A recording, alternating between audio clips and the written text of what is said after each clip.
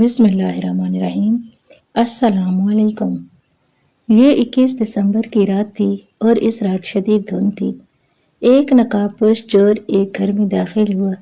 منصوبے کے مطابق اس نے گودام سے سامان چوری کر کے لے جانا تھا۔ چور کے ساتھ 3 لوگ اور بھی موجود تھے۔ انہوں نے گودام کا دروازہ کھولا تو یہ دیکھ کر حیران ہوئے کہ وہاں ایک 70 سالہ بڑی سردی سے کانپ رہی تھی۔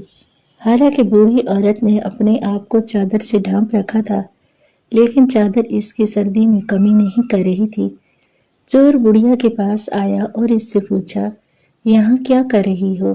یہ سونے کی جگہ تھوڑی ہے۔ جس پر بڑھیا نے چور کو بتایا کہ میرا بیٹا ڈاکٹر ہے، خود تو وہ اپنے بیوی بچوں کے ساتھ ہیٹر لگا کر کمرے میں سوتا ہے، جبکہ مجھے یہاں گودام میں سونے پر مجبور کرتا ہے کیونکہ مجھے کھانسی بہت آتی ہے۔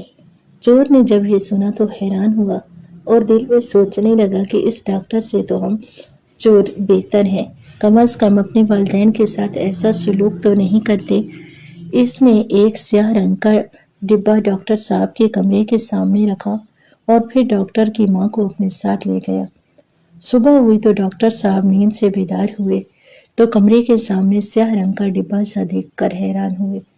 تجسس سے مجبور ہو کر ڈاکٹر نے جب ڈبہ کھولا تو حیران ہوا کیونکہ اس میں زینت ایک اچھے گھر میں رشتہ ہوا تو زینت کی سہیلیاں بار بار اس کے پاس آ رہی تھیں، اسے مبارکباد پیش کر رہی تھیں، جبکہ زینت کا منہ لٹکا ہوا تھا۔ وہ اپنی دوستوں سے یہی کہہ رہی تھی، میں تو لڑکے کے بارے میں جانتی نہیں، نہ ہی اس کے خاندان کے بارے میں، بس اچانک میرا رشتہ طے کر دیا گیا۔ جس پر زینت کی دوست گلشن نے اسے کہا، تم تو پگلی عجیب و غریب باتیں کر رہی ہو، کیا کسی کے والدین بغیر سوچے ہی اپنی بیٹی کا رشتہ طے کر دیتے ہیں؟ چچا رحیم بخش نے کچھ سوچ کر ہی تمہارا رشتہ طے کیا ہوگا، اور ہم نے تو سنا ہے بہت امیر لوگ ہیں، اپنی گاڑی بھی ہے، لڑکے کا شہر میں اپنا کاروبار ہے، اور تمہیں کیا چاہیے؟ ناشکری مت کیا کرو، اللہ تعالیٰ کی ناراضگی ہوتی ہے۔ زینت یہی کہنے لگی، میں ناشکری نہیں کر رہی، بس چونکہ وہ لوگ غیر ہیں لہٰذا میں دل کی تسلی چاہتی تھی۔ خیر اب تو میرا نصیب کے بارے میں دعا کرنا۔ کچھ ماہ بعد زینت کی شادی ہوئی اور اختر زینت کو بیاہ کر اپنے گھر لے آیا۔ زینت کے علاقے سے 5 کلومیٹر دوری پر یہ ایک گاؤں تھا۔ منہ دکھائی میں زینت کو ایک قیمتی سونے کی انگوٹھی بھی دی۔ گھر بھی اچھا تھا جیسا کہ زینت نے لوگوں سے سنا تھا، مگر اختر کے گھر والے عجیب تھے۔ گھر کے افراد کی ایک دوسرے کے ساتھ نہیں بنتی تھی۔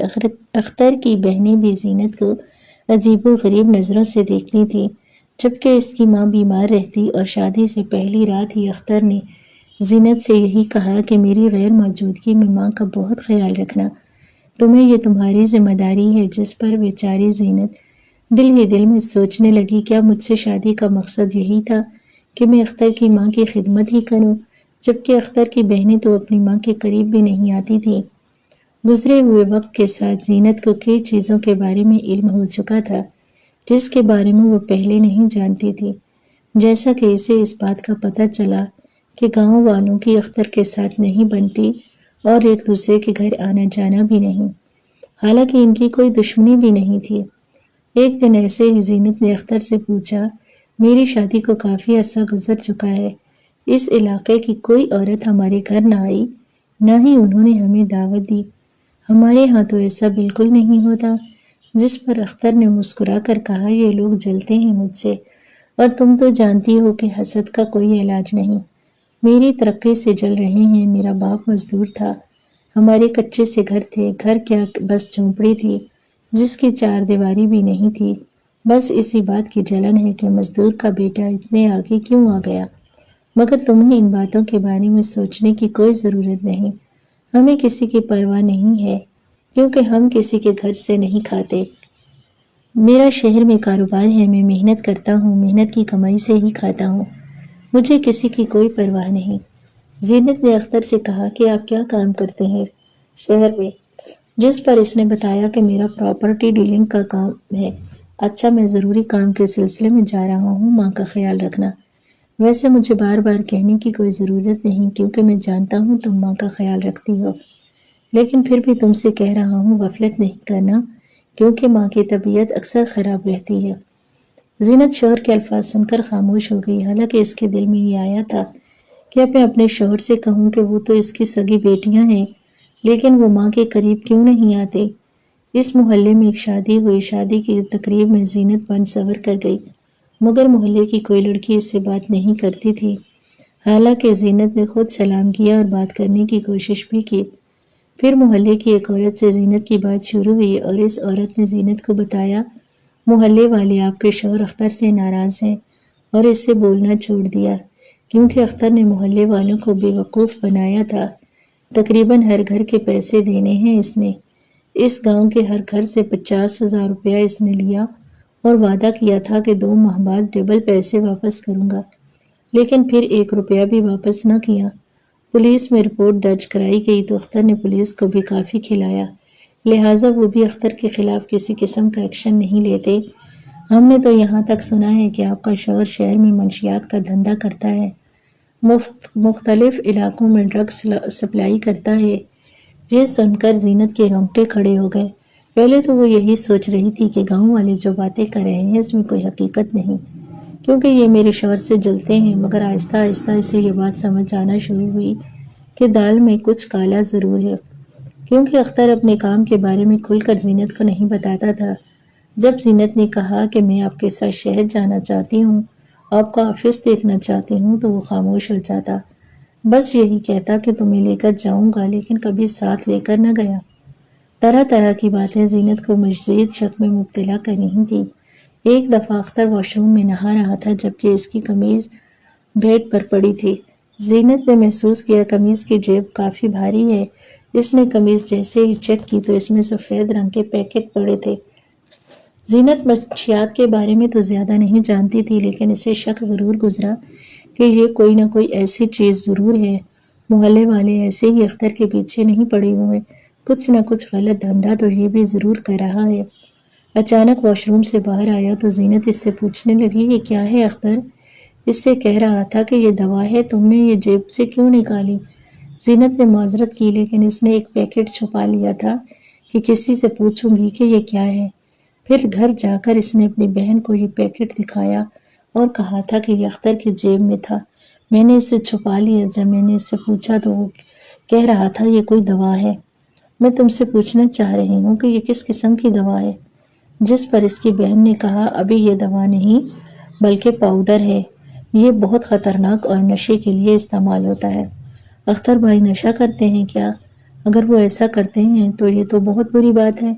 زینت اپنی بہن سے کہنے لگی، اختر کو دیکھ کر تو ایسا نہیں لگتا کہ وہ نشہ کرتا ہوگا، لیکن محلے والوں کے جو نظریات میرے خیال میں درست ہیں۔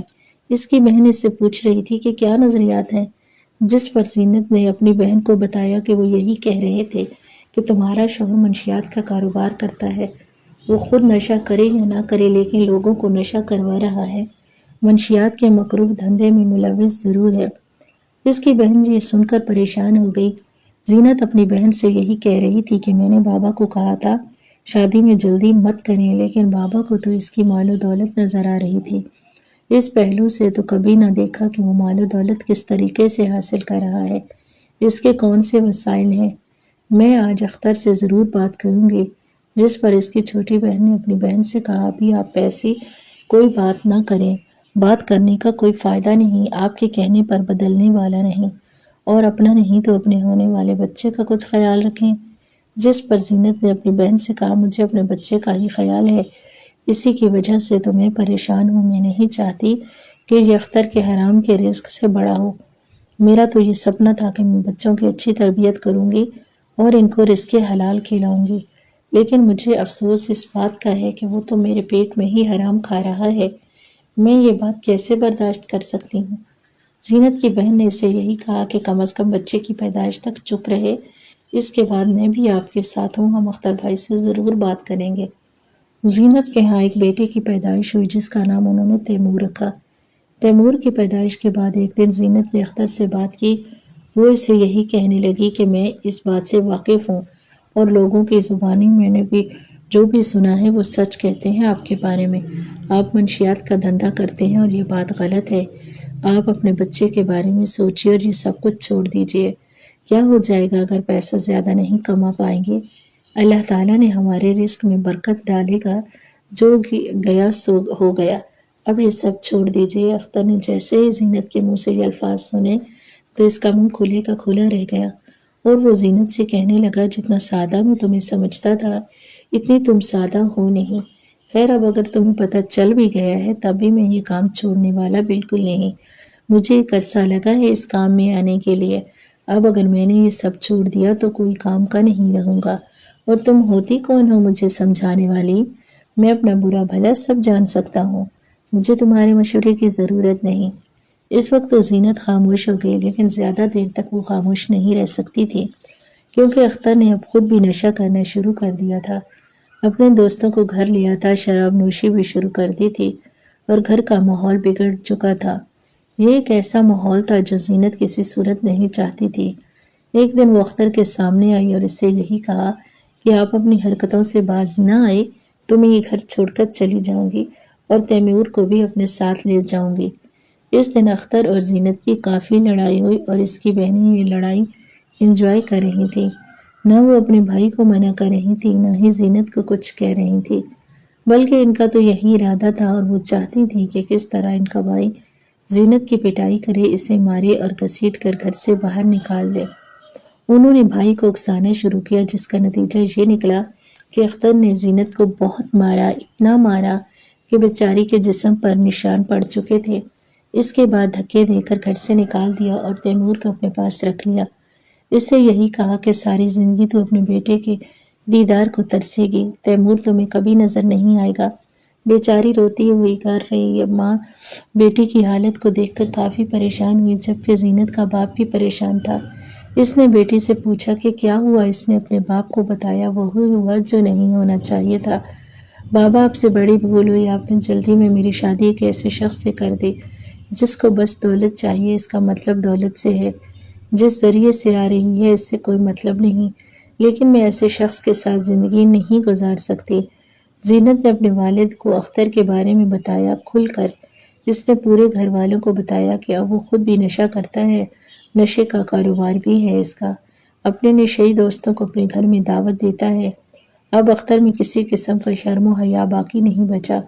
زینت کا باپ یہ سن کر کافی پریشان ہوا، وہ اپنی بیٹی سے معافی مانگنے لگا، یہی کہہ رہا تھا، میں اختر کے پاس جاؤں گا، اسے سمجھاؤں گا، لیکن زینت اپنے ماں کو منع کر رہی تھی کہ اس کو آپ کا لحاظ نہیں رہے گا، لہٰذا اس کے پاس جانے کی ضرورت نہیں۔ لیکن اس کے باوجود اپنی بیٹی کے لیے وہ اختر کے گھر گیا، اس کے دروازے پر گیا۔ اسے کسی کا لحاظ نہیں تھا، دولت کے نشے میں اس قدر اندھا ہو چکا تھا، اسے کسی کی پرواہ نہیں تھی، نہ ہی غلط اور صحیح کی تمیز رہی۔ زینت کا باپ اس کی منت کر رہا تھا کہ بیٹے کو اپنی ماں سے جدا مت کرو، ضد چھوڑ دو، مگر وہ یہی کہہ رہا تھا، یہ میرا بیٹا ہے اور زینت کے لیے کل طلاق کا نوٹس آ جائے گا۔ آپ کی بیٹی کو عزت اسی میں ہی ہے تو اسے کسی فقیر کی جھونپڑی میں ہونا چاہیے، مجھ جیسا مالدار شخص اس سے بالکل ڈیزرو نہیں کرتا۔ یہ میرا بیٹا تیمور میرے پاس ہی رہے گا، کیونکہ آپ لوگوں کے پاس کیا ہے؟ اگر میں یہ زینت کو دے دوں تو اسے تو بھوک سے ہی مار دے گی، لہٰذا واپس چلے جائیں، مجھ سے زیادہ بحث نہ کریں۔ اختر کے تیور دیکھ کر زینت کا باپ بیچارہ پریشان ہو چکا تھا اور چپ چاپ واپس آ گیا، ورنہ اس بزرگ کو بھی وہ دھکے دے دیتا۔ دوسرے دن اس نے طلاق کے نوٹس بھی دے دیے۔ زینت بیچاری اپنے بیٹے کے لیے تڑپ رہی تھی، کئی بار ایسا ہوا وہ نقاب پہن کر اپنی اصلیت چھپا کر گاؤں گئی تھی، کسی طرح میرا بیٹا تیمور مجھے نظر آ جائے، لیکن وہ اتنا ظالم شخص تھا کہ تیمور کو اس نے چھپا ہی لیا تھا، وہ اسے گھر سے باہر نہیں لے کر جاتا، کہیں ماں کی نظر اپنے بیٹے پر نہ پڑ جائے۔ بیٹے کے دیدار کی خاطر اس نے فقیرنی کا بھی روپ اختیار کر لیا، دروازے پر دستک دی، آٹا مانگا، لیکن کسی طرح تیمور کو نہ مل سکے۔ اختر نے دوسری شادی کر لی، وہ بہت پریشان تھی، اختر کی بیوی میرے بیٹے کے ساتھ کیا سلوک کرے گی، اسے وقت پر کھانا دے گی یا نہیں، تمام سوچیں اسے پریشان کر رہی تھیں۔ ایک دن زینت کے باپ نے اپنی بیٹی سے یہی کہا، بیٹی میں مانتا ہوں کہ مجھ سے غلطی ہوئی، مگر ساری زندگی تو اپنے بیٹے کے غم میں نہیں بیٹھ سکتی، تمہیں اپنی زندگی میں آگے بڑھنا پڑے گا، اس کا خیال رکھنے والا اس کا باپ موجود ہے، اسے کھانے پینے کی کوئی کمی نہیں، اچھا کھائے گا، اچھا پہنے گا، اور اس کا باپ شاید اسے تعلیم بھی دلوائے، مگر تم اپنی زندگی کے بارے میں سوچو، تمہارے بارے میں کافی پریشان ہوں، جو بھی رشتہ آتا ہے تم ٹھکرا دیتی ہو، ایسا کب تک چلے گا؟ اب تو تمہاری چھوٹی بہنوں کی بھی شادیاں ہو چکی ہیں، کیا ساری زندگی تم نے گھر بیٹھنے کا فیصلہ کر لیا ہے؟ ہماری زندگی کا کوئی بھروسہ نہیں، اگر ہم چلے گئے تو تمہیں کون سنبھالے گا؟ تمہارا کون خیال کرے گا؟ تم اس گھر میں کیسے رہو گی؟ دنیا میں اچھے لوگوں کی کمی بالکل نہیں ہے۔ میں نے اپنے ایک اچھے دوست سے تمہارے رشتے کے بارے میں بات کی تھی، اس کے ذمہ لگایا تھا کہ کوئی اچھی فیملی ہے تو مجھے ضرور بتانا۔ بیٹی ایک پروفیسر صاحب ہیں جس کی بیوی کا انتقال ہو چکا ہے، 2 معصوم بچے ہیں۔ اسے ایک ایسی عورت کی تلاش ہے جو گھر کو سنبھالے، ان کے بچوں کا خیال رکھ سکے۔ بیٹی میں جانتا ہوں تمہاری ممتا تیمور کے لیے پریشان ہے۔ تیمور کو تم سے جدا کیا گیا، لیکن وہ بھی تو کسی کے بچے ہیں جن کی ماں اب اس دنیا میں نہیں رہی۔ تم اس گھر میں جا کر ان بچوں کو ان کی ماں لوٹا سکتی ہو، ان کو محبت دے سکتی ہو، ان بچوں کے وسیلے تمہیں تمہارا تیمور واپس مل جائے گا، کیونکہ جو کسی دوسرے کے لیے بھلائی کا ارادہ رکھتا ہے تو اللہ تعالیٰ اسے بھی بھلائی عطا کرتا ہے اور اس کے دل کو راحت دیتا ہے۔ میں کل تم سے دوبارہ پوچھوں گا تو مجھے اپنے فیصلے سے آگاہ کر دینا۔ زینت ساری رات سو نہ سکی، وہ بار بار اپنے باپ کی بات پر غور کر رہی تھی، ان معصوم بچوں کے بارے میں سوچ رہی تھی جن کو ابھی تک اس نے دیکھا نہیں تھا، لیکن چونکہ وہ خود ایک بچے کی ماں تھی، وہ جانتی تھی کہ اولاد کی محبت کیا ہوتی ہے، وہ بچے اپنی ماں کے بغیر کیسا محسوس کرتے ہیں۔ صبح ہوئی تو اس نے اپنے باپ کو اپنے فیصلے کے بارے میں آگاہ کیا اور کہا مجھے یہ رشتہ قبول ہے۔ زینت ایک نیک ارادے سے پروفیسر صاحب سے شادی کر رہی تھی، کیونکہ اس نے پروفیسر صاحب کی بھی کافی تعریف سنی تھی۔ وہ اپنی بیوی کے ساتھ بہت مخلص تھے اور اس کی موت پر بالکل خاموش ہو گئے، اپنے بچوں کے بارے میں فکر مند تھے۔ زینت کی پروفیسر صاحب کے ساتھ شادی ہوئی۔ پروفیسر صاحب کا ایک بیٹا تھا جس کا نام ذیشان تھا، وہ 5 برس کا تھا، جبکہ اس کی چھوٹی بیٹی راحیلہ 3 برس کی۔ راحیلہ تو کافی حد تک زینت کے ساتھ مانوس ہو چکی تھی، اس کے ساتھ سوتی، لیکن ذیشان کسی صورت زینت کو دل سے قبول نہیں کر رہا تھا۔ حالانکہ وہ صرف 5 سال کا تھا، لیکن پھر بھی اپنے باپ سے یہی کہتا، یہ عورت کون ہے؟ آپ نے اس سے کیوں شادی کی؟ یہ میری ماں نہیں ہے، میں اس سے نفرت کرتا ہوں۔ اس طرح کی وہ باتیں کرتا جب پروفیسر صاحب اپنے بیٹے کو سمجھاتے، اور 1-2 بار تو اسے مارا بھی، جس پر زینت نے پروفیسر صاحب سے یہی کہا، ذیشان بچہ ہے، وہ جو کہتا ہے جیسی باتیں کرتا ہے، آپ کو سیریس لینے کی ضرورت نہیں۔ میں جتنی محبت راحیلہ سے کرتی ہوں، ذیشان بھی مجھے اتنا ہی پیارا ہے۔ خدارا آپ کبھی دوبارہ اس پر ہاتھ مت اٹھانا، کیونکہ مجھے تکلیف ہوتی ہے، ایسا محسوس ہوتا ہے آپ نے مجھے مارا ہے، ایک بچہ مجھ سے ویسے ہی چھن چکا ہے۔ میں ذیشان کو اپنا بنانا چاہتی ہوں، اس سے پیار کرنا چاہتی ہوں، اس وقت کے ساتھ ساتھ سب ٹھیک ہو جائے گا۔ مگر ذیشان جیسے جیسے بڑا ہوتا گیا، اس کے رویے میں کسی قسم کی تبدیلی نہ آئی، بلکہ بڑھتی ہوئی عمر سے وہ زیادہ ہٹ درم اور ضدی ہو رہا تھا۔ اس کی نفرت زینت کے لیے روز بروز بڑھ رہی تھی۔ زینت یہ چیز ظاہر نہیں کرتی، نہ ہی اس نے پروفیسر صاحب کے سامنے یہ بات کی، لیکن دل ہی دل میں وہ کافی پریشان تھی، سوچ رہی تھی چھوٹا سا بچہ مجھ سے اتنی نفرت کیوں کرتا ہے، حالانکہ میں تو اس کا بہت خیال رکھتی ہوں، اس کے کھانے پینے کا، پہننے اوڑھنے کا۔ وہ ہر وقت اللہ تعالیٰ سے یہی دعا کرتی کہ بچے کے دل میں اس کے لیے محبت ڈال دے۔ وقت تیزی کے ساتھ گزر رہا تھا، ذیشان جو اب جوان ہو چکا تھا، راحیلہ بھی یونیورسٹی میں پڑھ رہی تھی، جبکہ ذیشان MBBS کرنے کے بعد ڈاکٹر بن چکا تھا۔ پروفیسر صاحب کافی بوڑھے ہو چکے تھے، زینت ہر وقت اس کی خدمت میں لگی رہتی۔ ایک دن وہ پروفیسر صاحب کو اپنے ہاتھوں سے کھانا کھلا رہی تھی۔ کھانا کھانے کے بعد اس نے پروفیسر صاحب کا منہ صاف کیا اور واپس جانے لگی تو پروفیسر نے اسے اپنے پاس بٹھایا، پھر رو کر اسے کہنے لگا، زینت مجھے معاف کر دینا، جس دن سے تم اس گھر میں آئی ہو، اس گھر کے ساتھ وفاداری کی، میرے بچوں کو پیار دیا، میرے بیٹے ذیشان کی ہر بدتمیزی برداشت کی، لیکن میں تم سے معافی اس وقت کی بات کی مانگتا ہوں۔ ذیشان کی وجہ سے تمہارا بہت دل دکھا، اس کے رویے نے تمہیں تکلیف دی۔ میں جانتا ہوں پچھلے 20 سال سے تم صرف ایک نظر کے انتظار میں ہو، ایک پیار بھری نظر جو ذیشان تمہاری طرف دیکھے، لیکن پتہ نہیں میری تربیت میں ایسی کون سی کمی رہ گئی کہ میرے لاکھ سمجھانے کے باوجود ذیشان تمہارا نہ ہو پایا۔ اس کی نفرت میں کبھی کمی نہ آ سکی، ان تمام باتوں کے لیے میں معذرت خواہ ہوں۔ جس پر زینت نے پروفیسر صاحب سے کہا، آپ کیسی باتیں کر رہے ہیں، ذیشان میرا بیٹا نہ بن سکا تو کوئی بات نہیں، میں تو اسے اپنا بیٹا سمجھتی ہوں، اور راحیلہ کی نظر میں بھی مجھے اپنی بیٹی ملی۔ بس آپ ایسی باتیں سوچ کر اپنے آپ کو پریشان مت کیا کیجیے، اللہ نے چاہا تو سب بہتر ہو جائے گا۔ میں تو ہر نماز کے بعد ذیشان کے لیے دعا کرتی ہوں۔ راحیلہ کی تعلیم مکمل ہوئی تو اس کی شادی کر دی گئی۔ زینت اس دن بہت روئی تھی جب راحیلہ اس گھر سے رخصت ہو کر جا رہی تھی، کیونکہ اس گھر میں واحد یہی ایک لڑکی تھی جو زینت کو سگی ماں سے بھی بڑھ کر پیار کرتی، اپنے بھائی کے رویے کی ہر وقت معذرت کرتی۔ بہت اچھی لڑکی تھی اور راحیلہ کے جانے کے بعد اسے گھر بہت خالی خالی سا محسوس ہو رہا تھا۔ راحیلہ کی شادی کے 2 سال بعد ذیشان نے بھی شادی کی، مگر یہ زینت کی بدقسمتی تھی کہ ذیشان کی بیوی کا رویہ بھی زینت کے ساتھ کچھ اچھا نہیں تھا۔ اپنے شوہر کو دیکھتے ہوئے وہ زینت کے ساتھ سختی سے پیش آتی اور اسے گھر کی ملازمہ ہی سمجھتی تھی۔ یہ سارا قصور ذیشان کا تھا، کیونکہ اس سے پہلے دن سے ہی اپنی بیوی سعدیہ کے دل میں زینت کے لیے نفرت ڈال دی تھی۔ ذیشان کی شادی کے 1 سال بعد پروفیسر صاحب اس دنیا سے رخصت ہو گئے۔ دوسرے الفاظ میں زینت کی دنیا ویران ہو چکی تھی۔ اب وہ مکمل طور پر ذیشان اور اس کی بیوی کے رحم و کرم تھی، مگر افسوس ان دونوں کو کبھی بھی زینت پر رحم نہ آ سکا۔ بڑھتی ہوئی عمر کے ساتھ وہ ذیشان اور اس کی بیوی کی محتاج ہو رہی تھی۔ اب تو وہ دونوں زینت کو اس قدر تنگ کرتے کہ گھر میں اس کی موجودگی کو برداشت نہیں کرتے۔ ذیشان کے بچوں سے وہ پیار کرتی تو ذیشان اور اس کی بیوی سے منع کرتے کہ ہمارے بچوں کے پاس مت آیا کرو، بیچاری ہر وقت کھانستی تھی۔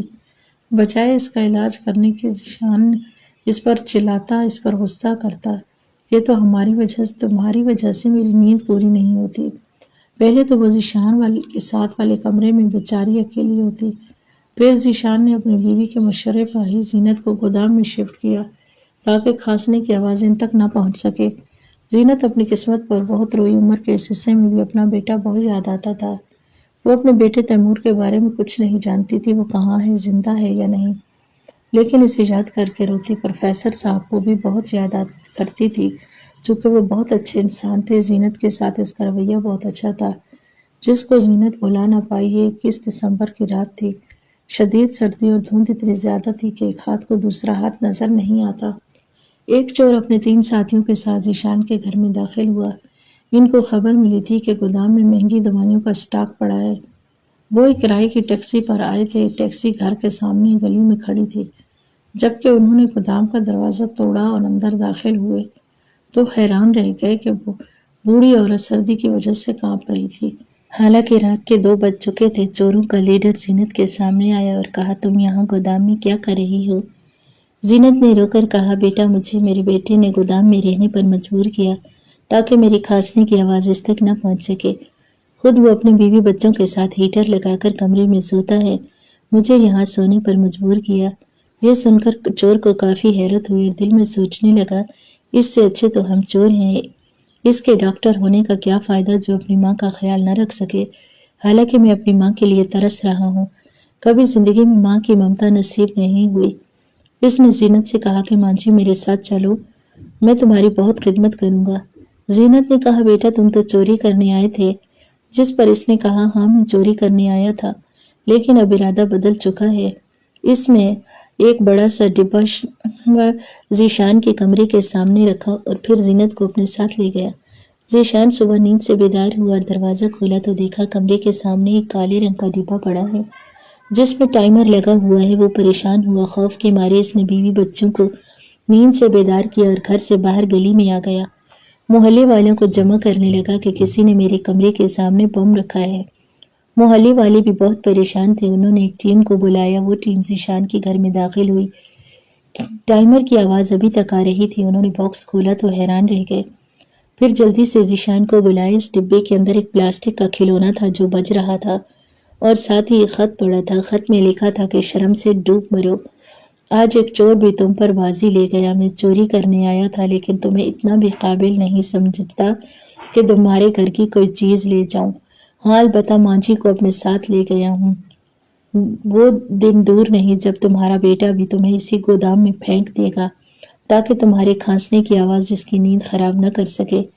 زینت چور سے اس کا نام پوچھ رہی تھی اور یہ بھی کہہ رہی تھی کہ یہ کام چھوڑ کیوں نہیں دیتے۔ آدمی نے زینت کو بتایا کہ بچپن میں ماں کا انتقال ہو چکا تھا۔ سوتیلی ماں نے میرے باپ کو اتنا بھڑکایا کہ اس نے مجھے گھر سے نکال دیا۔